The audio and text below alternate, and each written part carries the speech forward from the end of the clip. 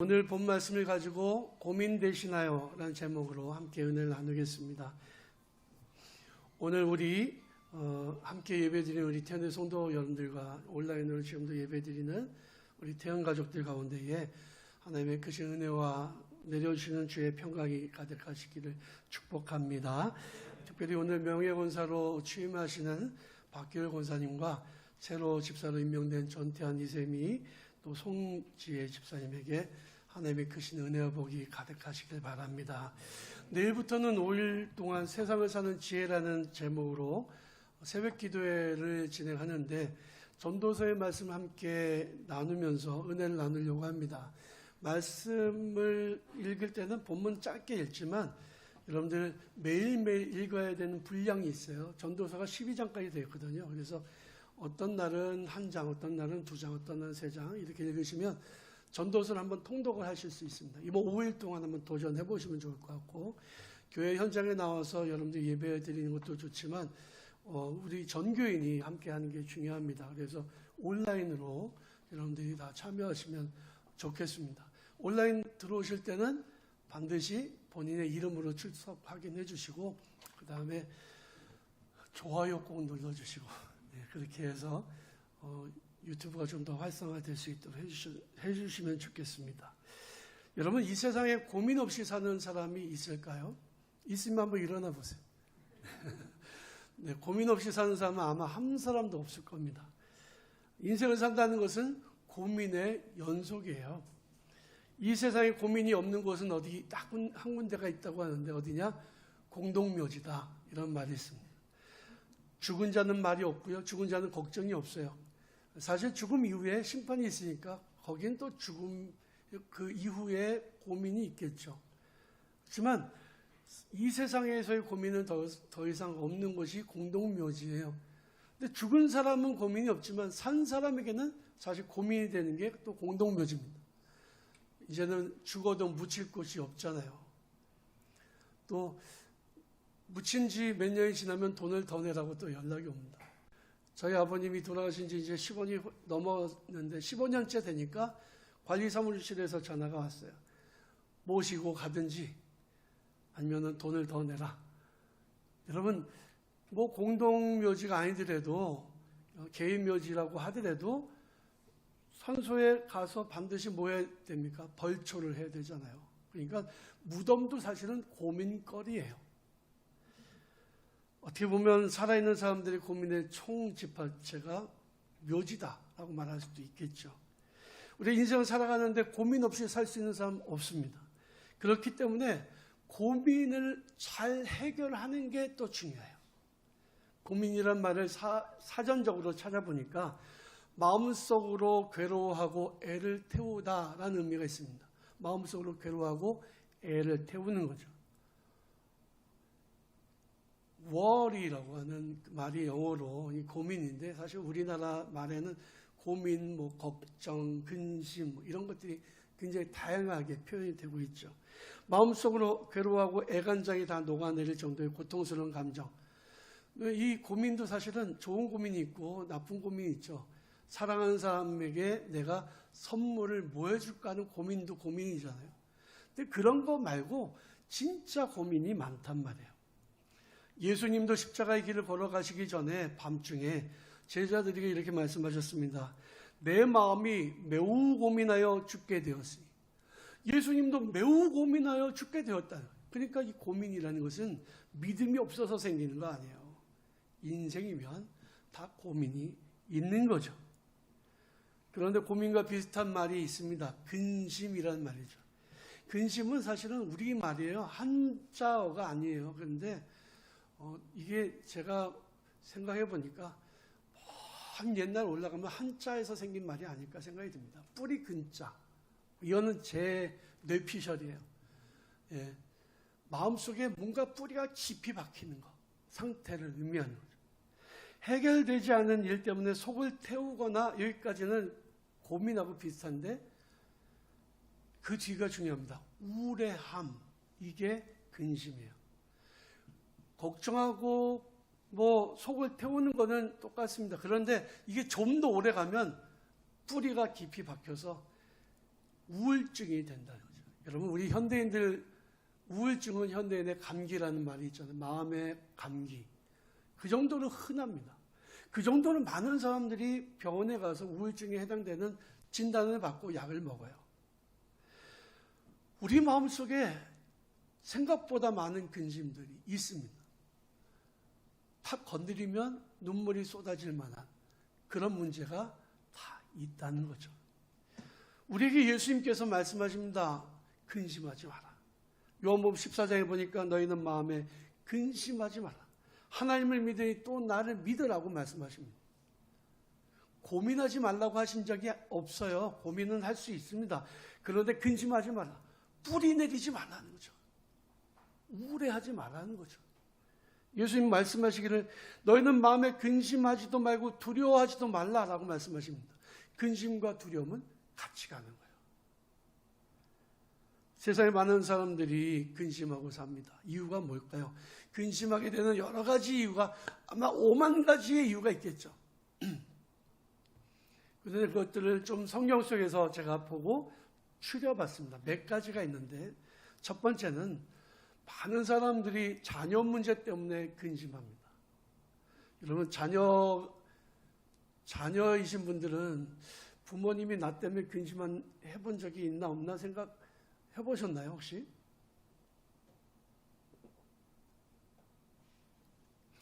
자녀를 키운다는 것은요, 근심 없이는 할 수 없는 일이죠. 그러니까 뭐 옛날에는 자녀가 대학 졸업할 때까지 들어가는 비용이 2억이라고 했는데 지금은 제가 생각할 때는 그거 턱도 없는 것 같아요.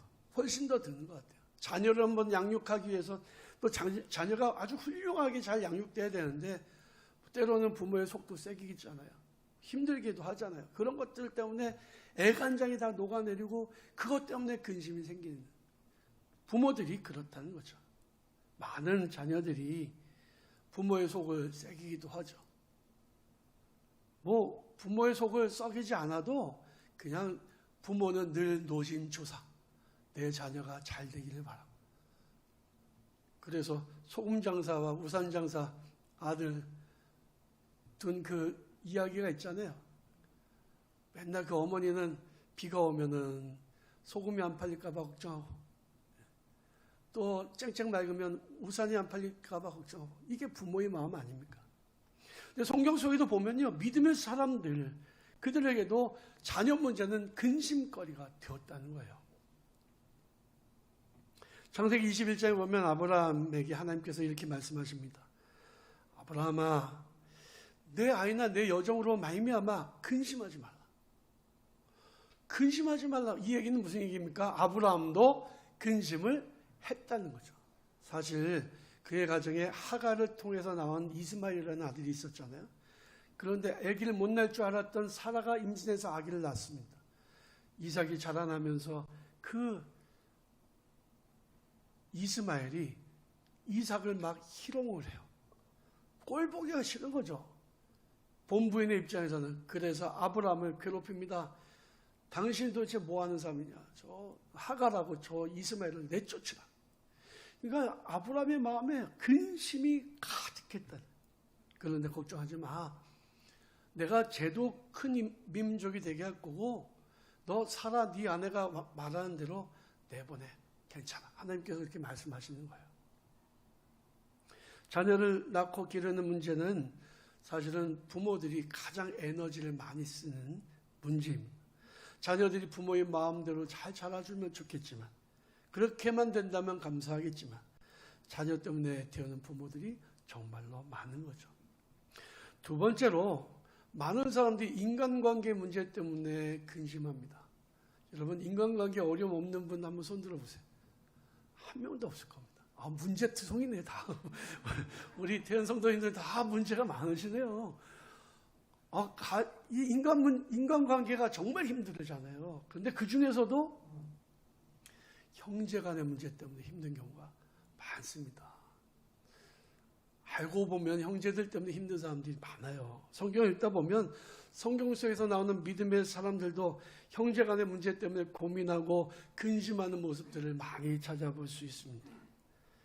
사실 뭐 형제 간의 우애가 좋으면 그거보다 좋은 게 없겠죠. 근데 쉽지 않아요. 창세기에 보면 아담의 아들 가인과 아벨은 형제였지만 굉장한 갈등 끝에 결국 형이 동생을 죽이고 말잖아요. 성경에서는 제사 문제 하나 가지고 얘기하지만 사실 그것 때문에 죽였겠습니까? 훨씬 더 많은 문제와 갈등의 요소가 있었겠죠. 이삭의 아들 야곱은 그의 형 에서와 심각한 갈등이 있었습니다. 오죽했으면 그의 어머니가 내가 한날 한시에 두 아들을 잃겠느냐. 그리고 그 둘째 아들인 야곱을 자기 오빠의 집으로 피신시키잖아요. 잘못하다가는 형이 동생을 죽일 상황이니까. 10수년이 지났지만 자기 형을 만나기 직전에 야곱은 죽을까 봐 두려움에 떨었습니다. 여러분, 형제는 가장 가까운 존재예요. 같은 부모 밑에서 태어났고 함께 어린 시절을 공유했기 때문에 서로에 대해서 너무나 잘 압니다. 하지만 생각보다 이 세상에 살아가는 사람들은 많은 경우에 형제 간의 문제 때문에 고민하고 근심합니다. 아버지가 돌아가시고 난 다음에 물려준 유산 때문에 싸우는 형제들이 정말 많아요. 창세기 45장에 보면 요셉과 그의 형들 사이에 팽팽한 긴장감이 흐르는 것을 볼 수가 있습니다. 아버지 야곱이 죽고 난 이후에 동생 요셉을 노예로 팔았던 형들이 이제 아버지가 없으시니까 요셉이 우리들에게 복수하겠구나라고 하는 생각에 떨었습니다. 그때 요셉은 형들에게 이렇게 말합니다. 그리고 그들을 위로합니다. 당신들이 나를 이곳에 팔았다고 해서 근심하지 마십시오. 한탄하지 마십시오. 하나님의 생명을 구원하시려고 나를 당신들보다 먼저 보내셨습니다. 이건 결코 쉬운 일이 아니었을 거예요. 하지만 요셉은 형들과의 갈등을 잘 해결했습니다. 그런데 세상에는 그렇지 못한 경우가 참 많이 있습니다. 세 번째로 사람들이 고민하고 근심하는 문제 중에서 가장 큰 문제가 있다면 아마 돈의 문제일 거예요. 돈 문제로 근심 안 해보신 분이 있으신가요? 지금도 돈 문제 때문에 고민되시는 분들이 아마 많으실 겁니다. 사람들은 돈 때문에 고민하고 걱정하고 근심합니다. 무엇을 먹어야 되나? 무엇을 입어야 되나? 요즘엔 집값이 너무 올라서 집 사는 문제로 고민을 하기도 하죠. 돈은 우리가 살아가는 데 있어서 없어서는 안 돼 가장 중요하고 필요한 도구지만 사실 자칫 잘못하면 우리를 병들게 하는 인류가 극복하지 못한 가장 커다란 문제거리이기도 한 것입니다. 잘 먹고 잘 살고자 하는 문제는 그런 마음은 누구에게나 있죠. 그러나 돈 문제 때문에 고민하고 근심하고 돈에 매달려서 산다면 돈 하고 산다면 이거는 정말 심각한 문제가 아닐 수 없는 거예요. 예수님이 말씀하셨습니다. 사람이 두 주인을 섬길 수 없다. 여기서 두 주인은 뭐야? 하나님이고 하나는 돈입니다.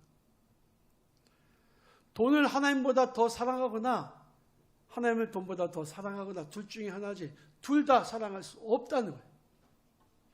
디모데전서 6장에 보면 돈을 사랑하는 것은 1만 가지 악의 뿌리라고 했습니다. 여러분, 돈은 필요한 거예요. 유익한 거예요. 없으면 불편한 거예요.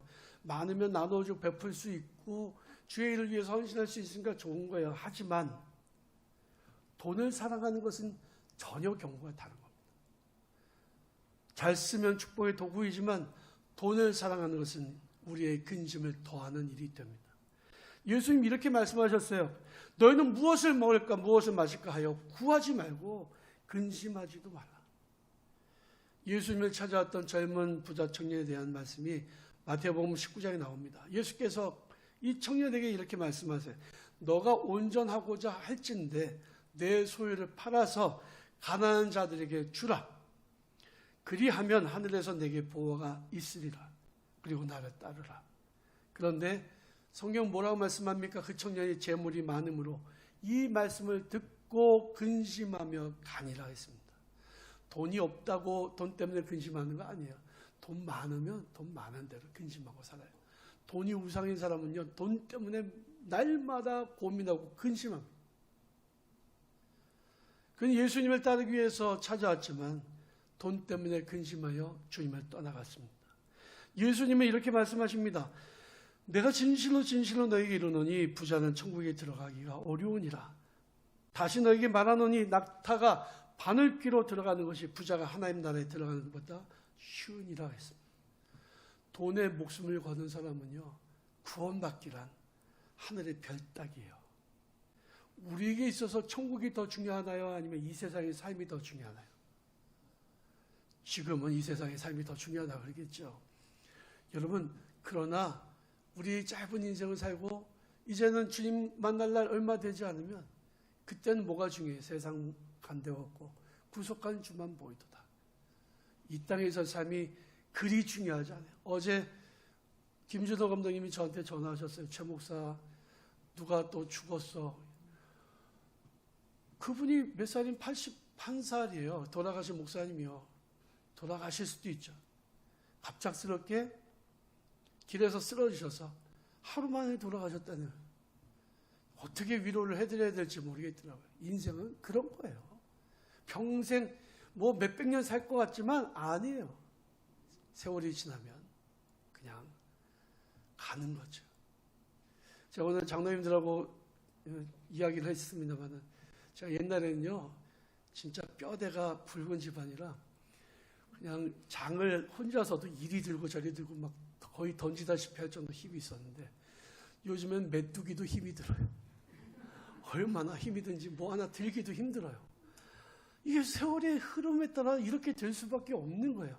내가 자랑하던 거, 내가 좋아하던 거 한순간 사라져버리는 게 인생이에요. 돈이 더 중요하나요? 영생이 더 중요하나요? 영생이 더 중요한 거죠.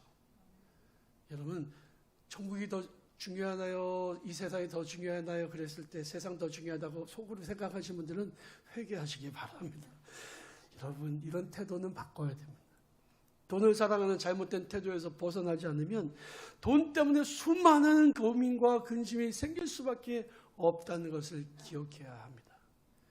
여러분, 고민은 언제 해결해야 되냐? 근심이 되기 전에 해결해야 돼요. 고민이 뿌리 내리기 전에, 우리 마음속에 우울증으로 생기기 전에 해결해야 돼요. 고민은 어떤 방식으로든지 빠르게 해결해야 되는 거예요. 근심은 심각한 마음의 병과 몸의 병으로 진행됩니다. 그래서 근심이 혹시라도 생겼다면 빨리 해결해야 돼요. 우리 지방의 어떤 목사님이 저한테 전화를 했습니다. 이분이 계속 장이 안 좋아서 계속 고생했거든요. 대장 내시경 검사를 했다 그래요. 그래서 상태가 어떠십니까? 물어봤더니 아무렇지도 않다. 용종 하나 없고 깨끗하대. 근데 왜 자꾸 장에 문제가 생깁니까? 그랬더니 의사 선생님이 얘기하더래요. 스트레스 때문일 거다. 여러분, 근심은 우리 몸의 병을 만듭니다. 그래서 해결해야 돼요. 그럼 어떻게 이 고민을 해결할 수 있을까요? 첫 번째로 주님을 바라보면 해결됩니다. 이스라엘 백성들이 광야에서 불뱀에 물려서 죽어갔어요. 몸이 뚱뚱 부어가면서 죽어가는데 하나님께서 모세에게 구리뱀을 만들어서 높이 들라고 말씀하셨잖아요. 구리뱀을 보는 사람은 살고 안 보는 사람은 죽었습니다. 예수님도 말씀하실 인자가 구리뱀이 높이 광야에서 들렸던 것처럼 인자도 높이 들려야 하리라라고 말씀하셨어요. 이 말씀은 뭐예요? 예수님을 바라보는 사람들은 문제에서 해결될 수 있다는 것을 말씀하신 거죠. 아주 오래된 복음성가 중에 이런 찬양이 있습니다. 괴로울 때 주님의 얼굴을 보라. 그 가사를 보면요, 괴로울 때 주님의 얼굴을 보라. 힘이 없고 낙심될 때 주님의 얼굴을 바라보아라. 주님의 얼굴을 바라보는 사람은 주님은 힘 주시고 늘 지켜주신다고 그 찬양을 하고 있어요. 저는 그대로 되리라고 믿습니다. 여러분, 문제를 바라보지 말고 주님을 바라보시길 바라요. 우리는 고민되고 낙심될 때 항상 주님의 인자하심을, 긍휼하심을 기억해야 합니다. 예레미야 애가에 보면 이런 말씀이 나옵니다. 내 고초와 재난 곧 쑥과 담즙을 기억하소서. 내 마음이 그것을 기억하고 내가 낙심이 되오나 이것을 내가 내 마음에 담아두었더니 그것이 오히려 나의 소망이 되었사함은 여호와의 인자와 긍휼이 무궁하심으로 우리가 진멸되지 아니함이니이다. 이것들이 아침마다 새로우니 주의 성실하심이 크시도소이다. 그가 비록 근심하게 하시나 그의 풍부한 인자하심에 따라 긍휼히 여기실 것임이라. 주께서 인생으로 고생하게 하시며 근심하게 하심은 본심이 아니시로다. 여러분, 고민이 될 때 주님을 바라보시길 바랍니다. 둘째로 우리의 고민과 근심을 해결하는 방법은 주님을 가까이 하는 거예요. 누가복음 10장에 보면 예수님께서 베다니 마을에 들어가셨습니다. 그 베다니 마을에는 예수님이 사랑하셨던 나사로라는 사람의 집이 있어요. 나사로에게는 동생이 둘이 있었습니다. 마르다와 마리아라고 하는 여동생들이었죠. 예수님은 그 가정을 사랑하셔서 예루살렘에 가실 때마다 들리셨어요. 그날도 예수님이 그 집에 가시고 이제 안방에 들어가신 거죠. 방 안에 앉아 계셨고 마르다는 예수님의 음식을 준비하기 위해서 부엌에서 열심히 준비하고 있었습니다. 그런데 동생 마리아는 예수님의 발 앞에 앉아 있었습니다. 아마 대부분의 가정에서도 그렇듯이 그 집에도 수많은 문제와 고민거리가 있었을 거예요. 옛날에 시집살이가 하도 힘들면 며느리가 부엌에서 음식 만들다가 바가지 집어던지고 강아지 발로 차고 그릇 집어던지고, 옛날에 주전자 있었잖아요. 양은 주전자. 그거 집어던지고 그래도 시어머니가 안에서 뭐라고 할지언정 바깥에 나가서 막 야단치지 않았습니다. 왜냐하면 그렇게라도 풀어야지, 부엌에서. 그렇잖아요. 스트레스, 그 고통, 그걸 거기서 풀지 않으면 정신병 되는데. 그래서 풀었어요. 아마도 마르다도 부엌에서 음식을 만들지만 고통도 많고 고민도 많고 근심도 많았겠죠. 근데 예수님께서 오셨어요. 음식은 준비해야 되는데 저 마리아는 얄밉게 음식 자기 혼자만 준비하게 하고 지는 예수님 앞에 앉아있단 말이에요. 마리아 마르다도 아마 형제간의 갈등이 좀 있었을 거예요. 왜 없었겠어요? 미운 마음도 있고 막 화가 나는 거예요. 아마도 그냥 곱게 얘기하진 않았을 거고 그릇은 집어 던졌을 것 같아요. 우리 예수님께, 예수님 저 얌체 저거 좀 야단 좀 쳐주세요. 내가 이렇게 바쁘게 음식을 준비하고 있는데 어떻게 저거는 저렇게 예수님 앞에 앉아 있습니까? 그때 예수님께서 이렇게 말씀하십니다. 마르다야, 마르다야. 이름을 2번 부르셨다는 것은 친밀하다는 의미도 있고 또 아주 간곡하게 말씀하셨다는 의미도 있어요. 마르다야, 마르다야, 너가 많은 일로 염려하고 근심하나. 예수님은 이미 마르다의 심리 상태를 간파하신 거죠. 많은 일로 염려하고 근심하나. 음식 만드는 일이 지금 중요한 게 아니에요. 사실은 더 많은 고민과 더 많은 근심이 있는 거죠. 그런데 이렇게 말씀하십니다. 너 그냥 한 가지만 하면 돼. 음식 하나만 만들어. 라면만 끓여와도 돼. 제가 전에도 말씀드렸지만 당시에는 라면은 없었겠지만 그냥 빵 한 조각이라도 되는 거. 아예 안 먹어도 돼. 야, 너 근심하지 마. 걱정하지 마. 이렇게 말씀하신 거예요. 여러분, 근심은요, 뭐가 되냐? 습관이 됩니다. 그 습관이 된 근심은 병이 됩니다. 근심은 더 나아가면 두려움이 됩니다. 누가복음 10장에 예수님께서 이렇게 말씀하십니다. 몇 가지만 해도 좋은데, 한 가지만 해도 좋은데 마리아는 이 좋은 편을 택하였으니 뺏기지 않을 거야. 한 가지 궁금한 점이 있습니다. 마리아는 왜 예수님 앞에 앉아서 꼼짝도 하지 않았을까? 마리아는요, 지혜롭다 못해서 약은 여인이었어요. 보통 첫째는 우직하고 둘째나 막내는 좀 약잖아요. 아마 그랬던 거 아닐까요? 마리아는 자기의 고민과 근심이 주님을 가까이 할 때 해결됨을 알았습니다. 많은 문제를 가지고 있어도 주님 앞에만 오면 해결되니까 그 앞에만 있기를 원했던 거예요. 찬송가 388장에 보면 우리가 너무나도 좋아하는 찬송이죠. 내 주를 가까이 하게 하면 십자가 짐 같은 고생이나 내 일생 소원은 늘 찬송하면서 주께 더 나가길 원합니다. 주님 앞에 나아가면 고민, 걱정, 근심 다 사라지게 되는 거예요. 사랑하는 성도 여러분, 고민이 되시나요? 근심이 있으십니까? 주님 앞에 더 가까이 나아가시길 바랍니다. 셋째로 나의 고민을 주님께 맡길 때에 그 고민이 사라지게 되는 거예요. 우리 인생길에 늘 고민과 근심이 많습니다. 예수님 이렇게 말씀하세요. 수고하고 무거운 짐 진 자들아 다 내게로 오라. 내가 너희를 편히 쉬게 하리라. 예수님은요 우리에게 고민도 많고 근심도 많은 걸 알고 계세요. 그래서 내게로 오라고 말씀하시고 내게 왔으면 그 짐 내려놓으라고 말씀하시고 제발 좀 내려놔라. 이런 교회 왔는데 짐을 짊어지고 있다가 예배 중에도 짊어지고 있다가 갈 때 짊어지고 가시면 안 됩니다. 교회 왔으면 예배 드릴 때 주님 십자가 앞에 다 내려놓으세요. 다 내려놓고 다 내려놓은 집을 예배 마치고 축도 끝나면 주섬주섬 지고 가지 마시기 바랍니다. 그냥 놓고 가세요. 주님은 그 짐을 해결해 주신다고 말씀하시잖아요. 그럼 맡기고 가는 거예요. 그리고 갈 때는 뭘 지고 갑니까? 주님이 내게 지어주신 주님의 십자가. 내가 져야 되는 십자가 지고 세상 속으로 나가는 거죠. 내 고민하는 문제가 쉽게 해결되면 정말 좋겠죠. 그런데 그게 쉽게 빠르게 해결되나요? 자녀들의 문제가 쉽게 빨리 해결되나요? 여러분, 인생의 문제가 그렇게 쉽게 해결되면요, 교회 나올 사람 없어요. 기도할 사람 없어요. 어려워요. 쉬워요. 쉽지 않아요. 시간이 걸려요. 그러니까 고민이 근심으로 발전하게 되는 거예요. 그러니까 그것을 차단하기 위해서 뭘 합니까?